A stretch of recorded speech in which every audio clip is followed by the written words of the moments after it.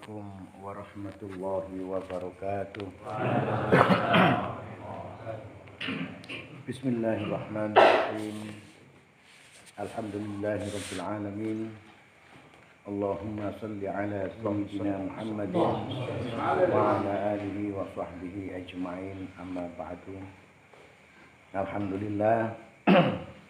Dalu niki kula panjenengan dalam rangka mengkaji kitab Al-Hikam niku wau sampun diwaos kali mustaqim nggih menika makalah 21 sampai 25. Sing sak menika kula kajenge rencana mengulang penjelasan makalah niki muga-muga ndadekno penjelasan kula iki saged menambah keyakinan dan kepahaman kula dhateng panjenengan sedaya. Makalah 21. Bismillahirrahmanirrahim. Kaifa yatasawwaru ay yahjubahu syai'un wa huwal wahidul ladzi laisa ma'ahu syai'.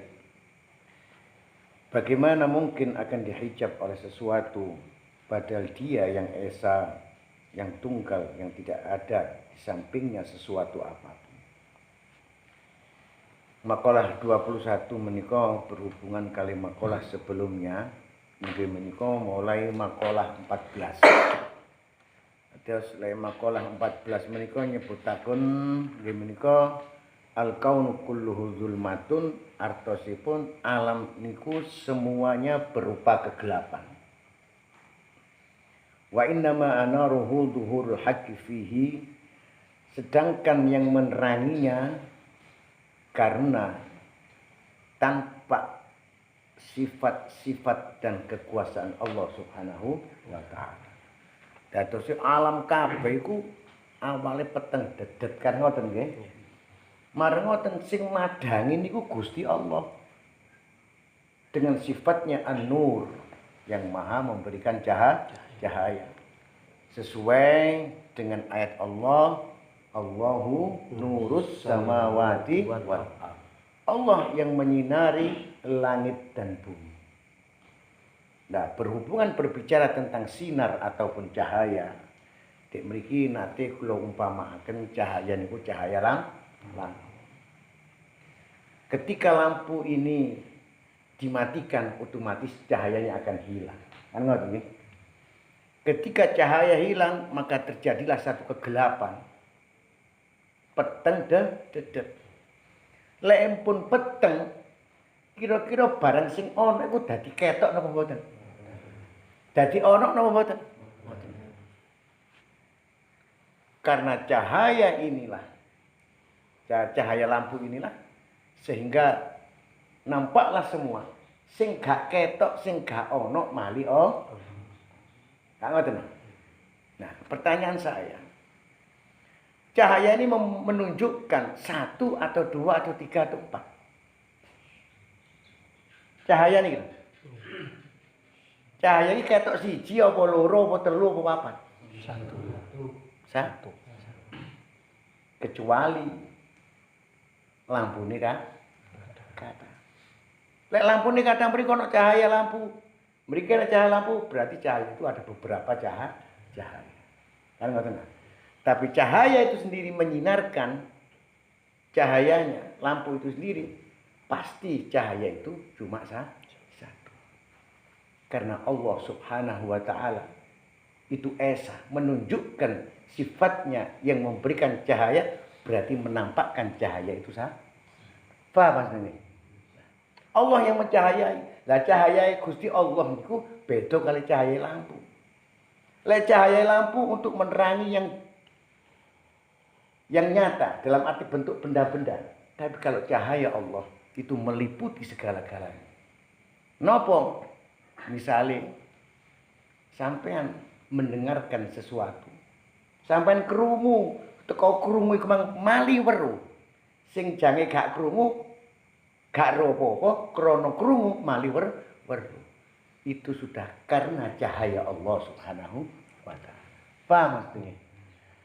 Sampean ningali napa-napa sing sampean tingali, Sampean niki semerat bukan karena cahaya lampu, tapi karena yang lain. Semeratnya itu karena cahaya Allah Subhanahu wa taala. Sampean saged nyumrapi napa-napa sing sampean sentuh, sing sampean cekel. Niki krana napa? Krana cahaya Gusti Allah. Andai kata tidak diberikan cahaya oleh Allah, maka tidak ada satupun kula sampean yang bisa mengetahui. Bahkan di luar kao. Itu makna cahaya Allah yang dimaksud berbeda dengan cahaya lampu. Saiki masih lampu iki madangi, padang koyo ngeten ketok. Lek gak krungu apa-apa sampean, kira-kira ro apa? Ya gak ro apa. Lising tok sampe sing kula maksud niku ero liwat kuping. Misale lampune iki moro padang, cahayanya terang, tapi sampean niki tangan awak iki mboten krasa napa-napa. Kira-kira untuk lampu mati, ngudek apa-apa, kira-kira paham. Ketok napa kira-kira? Tambah gak ketok. Jadi yang dimaksud cahaya Allah yaitu yang bisa memberikan pengetahuan, pengertian, pemahaman kepada semua makhluknya. Itu karena cahaya Allah. Beda sama cahaya lampu. Nah, sifat cahaya itu pasti menunjukkan satu. Walaupun cahaya ini melebar terangnya sampai mengelilingi bumi, tetap namanya cahaya itu satu. Paham Mas Dengge? Kemudian kata Syekh Ibnu Athaillah dalam makalah ini,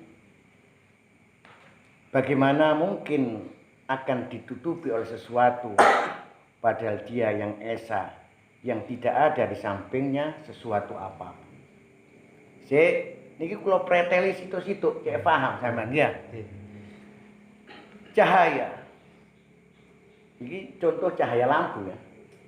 Contohnya cahaya lampu. Lek sampean dilebokno cahaya Allah tambah rumit pemahamannya. Cahaya lampu. Ketika sampean melihat cahaya ini, ojo ngelok lampu, ngelok cahaya ini. Kira-kira apa yang ada di samping cahaya itu? Sing barengi cahaya iku sapa? Ana. Nun. Ketika sampean melihat cahaya yang terang ini, sing barengi cahaya iku ana ta?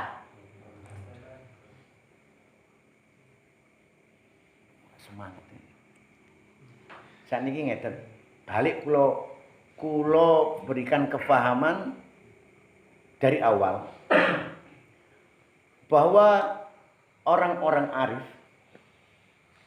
itu bila melihat sesuatu dia nampak sifat Allah. Kalau di dalam kitab ini disebutkan bukan nampak kekuasaan Allah atau sifat Allah, tapi langsung disebutkan nampak Allah. Tapi kami di sini memperjelas, memberikan kefahaman. Orang-orang arif itu bila melihat alam semesta ini itu nampak sifat-sifat Gusti Allah. Napa? Ngelok gunung. Iku ngono ciptaane Gusti Allah. Ngelok langit. Iku ngono ciptaane Gusti Allah. Ketok sifat-sifat Gusti Allah sing napa? Sing maha kuwasa. Ketok kekuasaane Gusti. Lele Gusti Allah gak kuwasa gak iso gawe. Lele Gusti Allah gak kuwasa gak iso gawe gunung. Gak iso gawe bulan gawe bintang. Nampak juga sifat Allah yang bernama iroda, berkehendak. Ketok sifat Gusti Allah. Anjene Allah iki Maha berilmu.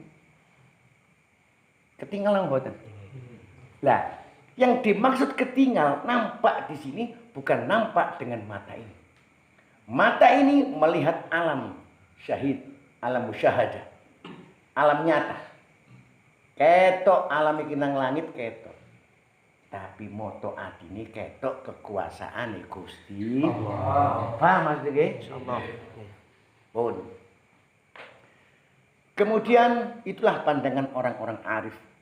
Sedangkan pandangan orang-orang arif itu tidak memandang dalam bentuk lahiriah, yang dimaksud di sini adalah pandangan mata hati.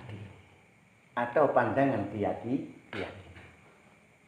Lek diwarap moto iki ya bingung kabeh sampean. Gak bingung ya apa? Wong Arif mengatakan bahwa setiap melihat sesuatu itu melihat Allah.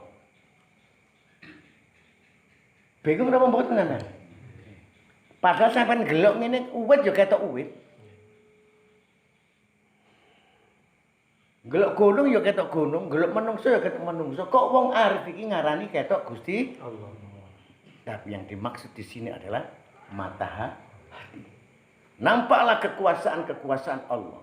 Nampaklah ilmu Allah. Dan semua sifat-sifatnya yang maha sempurna. Itu pandangan orang Arif. Jadi tidak usah membayangkan dengan pandangan mata ini. Ngoten nggih. Lek membicarakan masalah hakikat tauhid, tidak usah kalau menyebutkan pandangan atau melihat, tidak usah menyebutkan atau menggunakan mata kepala ini. Tapi dengan mata keyakinan atau mata hati. Paham ya? Maka ketika Allah menyebutkan dalam Al-Quran, aku yang menyinari langit dan bumi, maka kami memberikan contohnya dengan cahaya lampu. Kalau ruangan ini katakan gelap gulita, peteng dedet, kira-kira HP ono ngarepe sampean iku sampean wara ono apa enggak? Medon ngarep gak sampean wara ono. Soale gak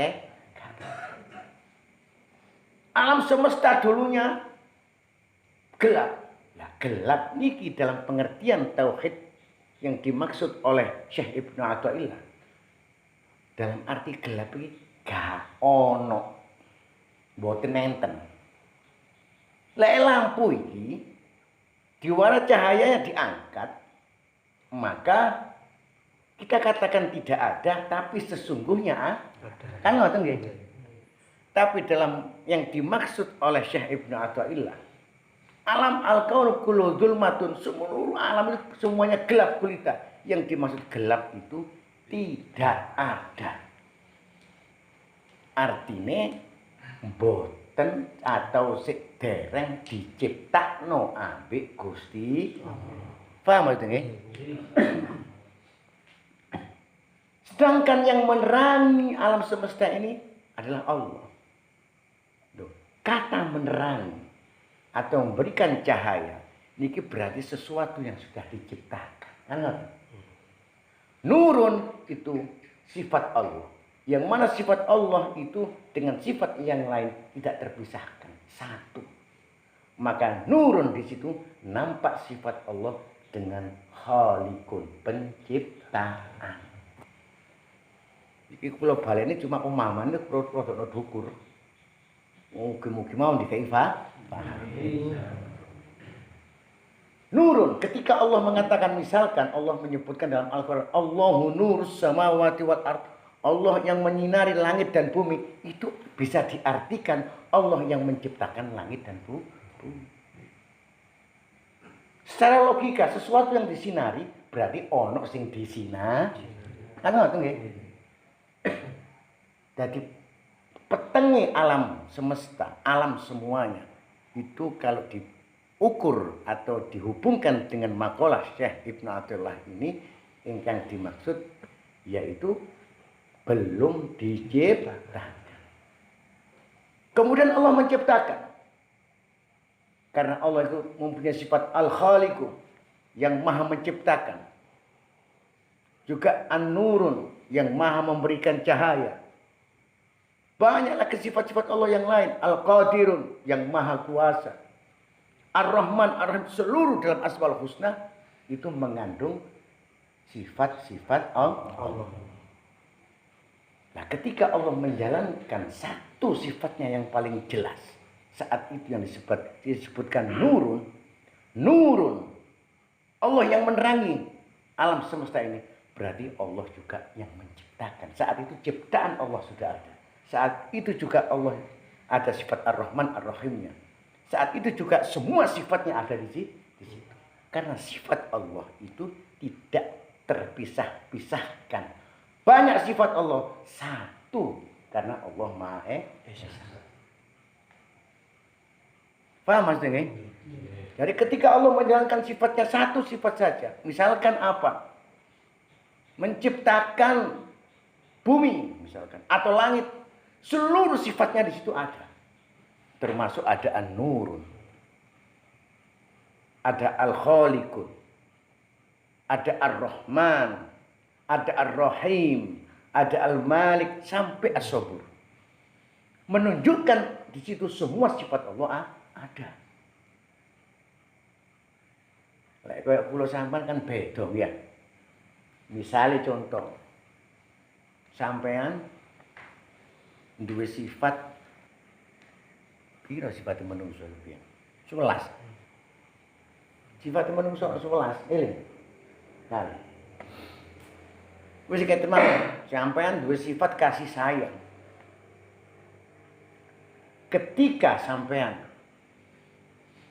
bisa menciptakan sesuatu benda, sampean rakit nggawe apa, mbok nggawe pecok, mbok nggawe pacul, mbok nggawe palu, pokoknya menciptakan. Apakah di situ menggambarkan ndudukno sifat sampean ana kasih sayang? Ana napa mboten? Ka ono yang menciptakan itu aja. Apa mana sih pecok itu mah ge bacok wong. Enggak. Nah, tapi kalau Gusti Allah tidak. Satu sifat yang dikerjakan, yang paling nampak sesungguhnya semua sifat itu ada di dalamnya. Ketika Syekh Ibnu Athaillah mengatakan al-kaunu kulluhu dzulmatun, semua alam ini adalah kegelap gulita. Yang menerangi adalah Allah Subhanahu wa taala. Ketika menyebutkan Allah yang mencahayai, itu semua sifat itu ada di dalam cahaya itu. Bagi orang-orang arif, nampak di situ sifat Khaliqnya Allah. Nampak di situ sifat Rahman Rahimnya Allah. Nampak di situ sifat Al-Malik Allah. Apa buktinya? Untuk siapa alam semesta ini? Untuk kepentingan dan kebutuhan daripada makhluknya, khususnya manusia. Lho sayangnya Allah enggak? Ana sing ngene. Panas sing butuhno menungso. Ana udan untuk menyuburkan pohon-pohonan tumbuh-tumbuhan. Kanggone sapa? Manusia. Iku nduk sayange Gusti Allah mboten? Nggih. Ketok sayang Gusti Allah. Nomor loro Al-Malikun. Ndukno raja bahwa Allah itu maharaja. Apa buktine? Menunjukkan karena semua yang ada, yang mengurusi, yang mengatur, yang mampu hanya Allah. Dan semuanya tunduk kepada Allah. Ndukno raja enggak? Sifat Allah Al-Malik wis ketok. Al-Qudus yang maha suci. Suci dari semua sifat-sifat tercela. Suci dari semua apa yang dituduhkan pada Allah seperti orang-orang Nasrani dan Yahudi. Kaya Gusti Allah itu dari dua anak dua bojo. Ditolak dengan Al-Qudus. Maha suci Allah. Ketok kesucian Allah bahwa Allah itu sendiri dalam mengurusinya. Enggak? Jelas ya? Jadi kalau diterusno ya sampai entek. Sampai As-Sabur gak nerangno niki ya ini. Nerangno sifatnya Gusti Allah. Artinya di situ. Nah, sekarang kami memberikan contoh cahaya ini, cahaya lampu dalam arti ini hanya untuk sekedar memberikan pemahaman pada akal, cek mudah dipahami. Kami sedikit pun tidak menyamakan antara cahaya Allah dengan cahaya makhluknya, dengan cahaya apapun, baik lampu ataupun matahari. Jelas laisa kamitslihi syai'. Allah berbeda dengan makhluknya. Jadi cahaya ini ada aja satu cahaya yang hak, yang hakiki, yaitu cahaya Allah Subhanahu wa taala. Tadi disebutkan kalau saya takin, hukum hakikat sesuatu yang dulunya tidak ada, kemudian diadakan oleh Allah, dan kemudian tidak ada lagi, sifatnya fania atau fana, maka dianggapnya adanya itu tidak ada. Hakikat sak bener-bener. Artinya hakikat itu sak bener-bener. Lek diarani ono sak bener-bener mulai biyen sampai kapan tetep iku jenenge sak bener-bener. Tapi lek diarani ono Biyene gak ono maring ngono ono. Lah ono e maring ngono gak ono berarti ono iki dianggep gak ono. Bali ono e go. Ono iki dianggep goro. Nah, sedangkan yang bersifat tetap, yang abadi, yang kekal adalah Allah Subhanahu wa Ta'ala. Maka alam semesta ini biyen iki gak ono. Dionono ambek Gusti. Mari ngono digawe gak ono maneh mbok kiamat iki kapan gak yang penting akan hancur yang namanya alam semesta. Mari ngono gak ono. Pandangan orang-orang hakikat, hukum hakikat memandang alam semesta ini tidak ada. Yang ada itu adalah yang nampak sifat-sifat Allah Subhanahu. Allah yang Maha Esa.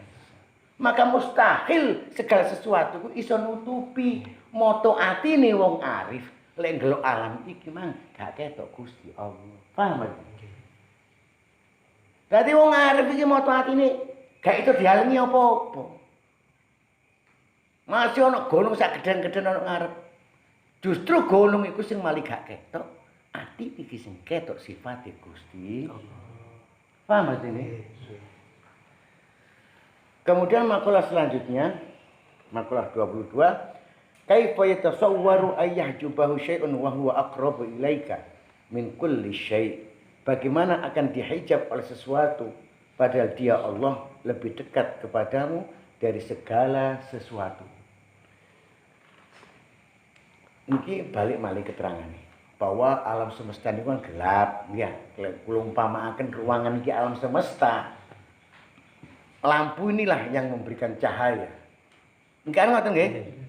Sehingga dengan cahaya ini nampaklah semua yang ada di dalam ruangan ini. Pertanyaan kula, lek lampu iki dipateni cahaya kan mboten enten. Enggak. Kemudian dinyalakan lampu ini mengeluarkan satu cahaya.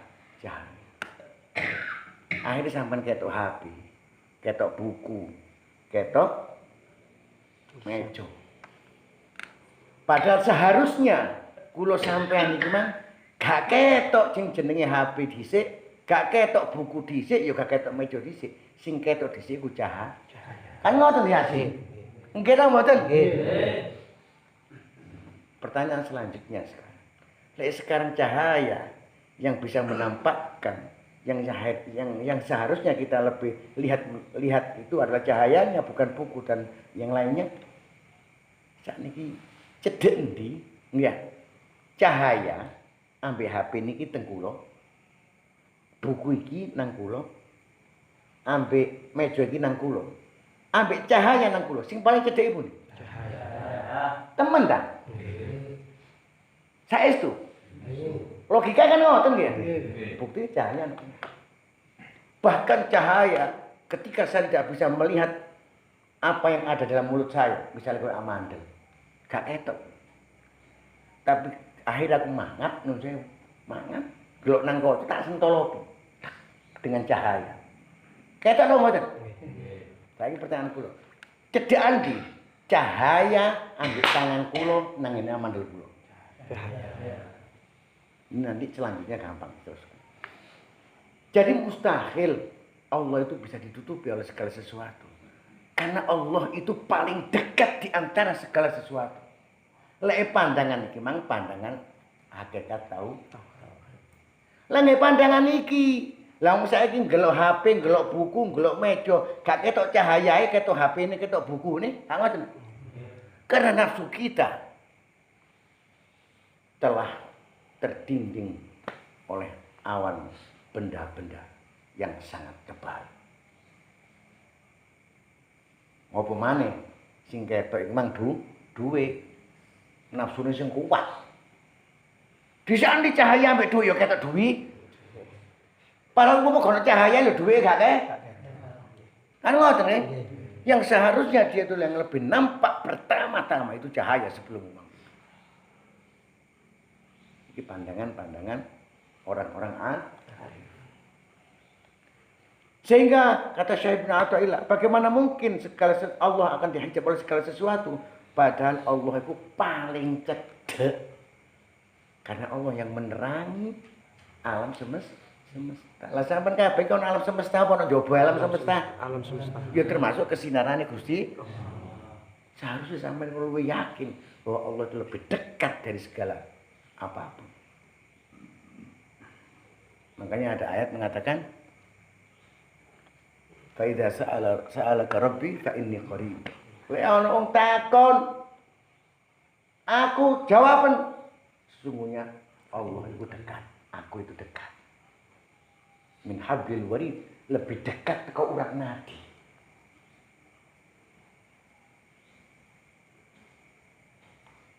Seperti itu. Nah, kami terangkan juga, kami tambahkan, yakinlah, harus kita meyakini bahwa sesungguhnya zat Allah, sifat Allah, asma Allah, af'alullah satu, tidak dapat dipisahkan. Paham maksudnya? Sifatnya Gusti Allah ambil zatnya Gusti Allah dari siji. Af'alnya Gusti Allah dari siji, asma'nya Gusti Allah dari siji. Makanya orang-orang arif dalam pandangannya setiap melihat sesuatu tidak menyebutkan melihat sifat-sifat Allah, tapi langsung dia menyebutkan melihat Allah. Niku lek sing wis tuh krana pandangan itu nggih pandangan moto iki nggih moto ati. Lah lek kula sampean gak tutuk ngomong kok ngeten. Mangkane dijelasno. Iki ketok sifat-sifate Gusti Allah. Dinalar ya apa carane ketok sifate Allah iki mang keterangane. Lah lek Gusti Allah sing langit, bumi, bulan kabeh Gusti Allah. Ndudukno Gusti Allah kuwi. Sifat kuwasa kan sifate Gusti Allah. Kan ngoten. Ketika sampean bertafakkur dari saat tadi masuk dalam medan tafakkur memikirkan, nah iya, Gusti Allah nggih langit saya ini ombol, mengatur bintang, bulan, matahari gak pernah tabrak karena semuanya dengan berjalan dengan mengikuti aturan yang ditentukan oleh Allah. Duduk oleh Gusti Allah itu maha kuwasa. Ketika itu orang-orang yang masuk dalam medan tafakkur itu tidak nampak lagi yang namanya matahari, bulan, langit dan semuanya. Tapi yang nampak adalah sifat Allah. Faham maksudnya? Insyaallah. Kemudian makalah selanjutnya kaifa yatasawwaru ayyahjubahu syai'un walau lahu ma kana wujudu kulli syai'. Bagaimana akan mungkin dihijab oleh sesuatu padahal andaikan tidak ada Allah, niscaya tidak akan ada segala sesuatu. Ya kami umpamakan seperti halnya cahaya kan. Saya katakan kalau Syekh Ibnu Athaillah mengatakan al-kaunu kullu dzulmatun, seluruh alam ini asali kemang gelap gulita, yang menerangi adalah Allah. Saya katakan sifat Allah nur, menerangi itu adalah mencakup semua daripada sifat Allah. Kan belum pun jelaskan lagi ya. Bagaimana alam ini dikatakan bisa menutupi Allah Subhanahu wa taala. Padahal ono alam iku dionokno Gusti Allah. Kalau cahaya Allah berarti tidak menyinari alam semesta, berarti Allah tidak menciptakan alam semesta. Lah lek Gusti Allah gak ono kira-kira alam semesta. Maka mustahil dari Syekh Ibnu Athaillah alam semesta atau segala sesuatu itu bisa menutupi Allah Subhanahu wa taala. Kemudian makalah selanjutnya, ya ajaba kaifa yadharul wujud fil adam am kaifa yasbutul hadithu ma'a man lahu wasful qidam. Alangkah ajaibnya, sungguh sangat ajaib bagaimana tampak wujud di dalam Adam ketidakadaannya, atau bagaimana dapat bertahan sesuatu yang hancur itu di samping zat yang bersifat qidam, yang terdahulu atau yang bersifat kekal. Terus Syekh Ibnu Athaillah mengherani bahwa dalam pandangan orang-orang arifin, dalam pandangan hakikatnya, bahwa alam iki wis dianggap gak ono krana asale gak ono. Kan ngoten iki. Kok iso dadi ketok iki? Heran. Orang-orang arif heran. Padahal hakikate gak ono iki. Alam semesta iki gak ono kabeh. Kok iso dadi ketok iki? Suatu yang sangat mengherankan terus Syekh Ibnu Athaillah sebagai orang arif. Itu pandangannya wong arif. Karena pandangan Syekh Ibnu Athaillah pandangan dengan pandangan secara hakikat, melihat sesuatu yang sifatnya fana, yang akan hancur, dunia tidak ada, sebenarnya lagi tidak ada, berarti adanya itu sungguh bohong, berarti tidak ada. Maka heran, sesuatu yang bersifat gak ono, Adam, kok iso ketok? Dan ini Syekh Ibnu Athaillah. Maka mustahil dari Syekh Ibnu Athaillah, sangat mustahil sesuatu yang sifatnya yang akan hancur, yakni fana, akan bisa bersatu dengan yang maha kekal atau yang maha terdahulu selama-lamanya. Nah makanya orang mulai punya pemahaman wahdatul wujud, yo keliru. Tadi sih manunggaling kaula Gusti, keliru. Ya mustahil dong. Menungso alam semesta biyene gak ono dionokno ambek Gusti.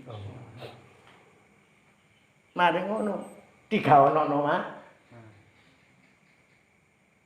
Berarti bakal rusak. Lek saiki ono, bakal gak ono. Kan ngoten nggih? Sedangkan Allah Subhanahu wa taala bersifat kekal abadan abada. Selama-lamanya. Mustahil barang sing rusak ambek sing kekal iso didadekno siji. Paham sampean maksud? Paham. Dari Syekh Ibnu Athaillah kata.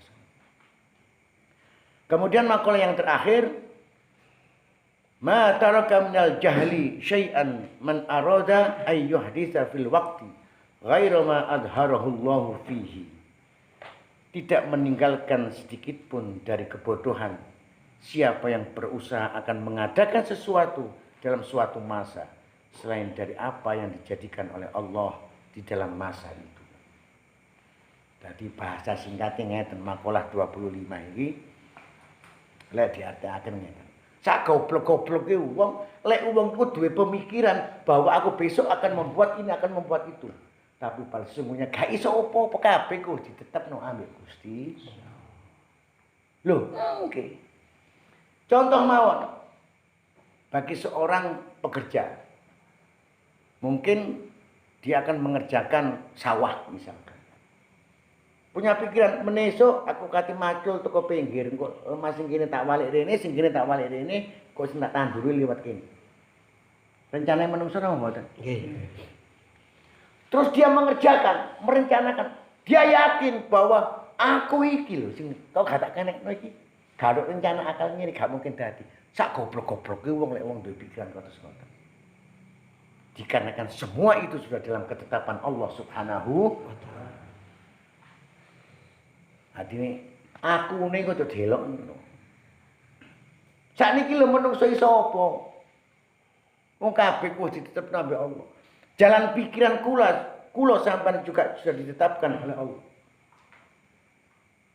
Sakniki ngeten, sampean mikir menenang sawah.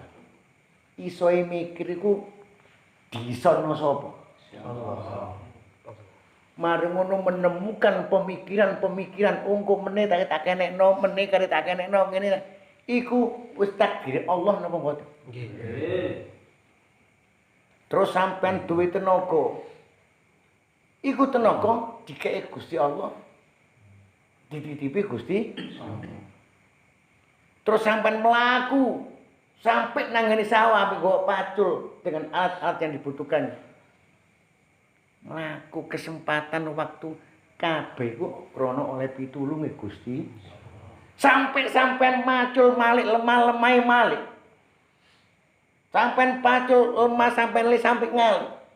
Iku ngono kabeh krana oleh pitulunge lan takdire Gusti. Terus usaha sampean iku ndi? Lek kabeh iku mang Gusti Allah. Lek kula sampean sing ngakoni krana aku iku mang macul krana iki, berarti sak goblok-gobloke wong. Itu dalam pandangan orang-orang arif dengan pandangan hakikat tauhid akune diilangno. Lek ngomong-ngomong biasa ngene ya tetep gawe akal rek. Tapi dalam keyakinan kita yakin semua itu adalah ketetapan keputusan Gusti Allah. Tapi lek menungso ngene ya ngomong biasa. Teko ndi teko kono, mari lha opo mancal sepeda, mari ngene, mari tandang gawe. Aja ditakon teko ndi mang teko Gusti Allah. Sing tandang gawe apa Gusti Allah? Waduh, tak karu-karu. Ikut dalam pandangan tauhid, hakikat tauhid di dalam hati. Artinya apa? Sampai mengadakan perencanaan sesuatu dalam satu masa, satu waktu. Bukati wiritan, bukati kerja, bukati laupo. Kemudian di situ sampai diberikan keberhasilan atau tidak keberhasilan. Yakinlah bahwa semua itu bukan aku. Andai kata berhasil semata-mata karena pertolongan kehendak Gusti Allah. Paham ya? Iya. Itulah di antara makalah 21 sampai 25. Mugi-mugi nopo sing sampai kula sampai akhir menika betul manfaat dan menambah kepahaman juga keyakinan kita secara hak kepada Allah Subhanahu wa taala. Saya akhiri, assalamualaikum warahmatullahi wabarakatuh. Waalaikumsalam. Tunggu deh. Doon,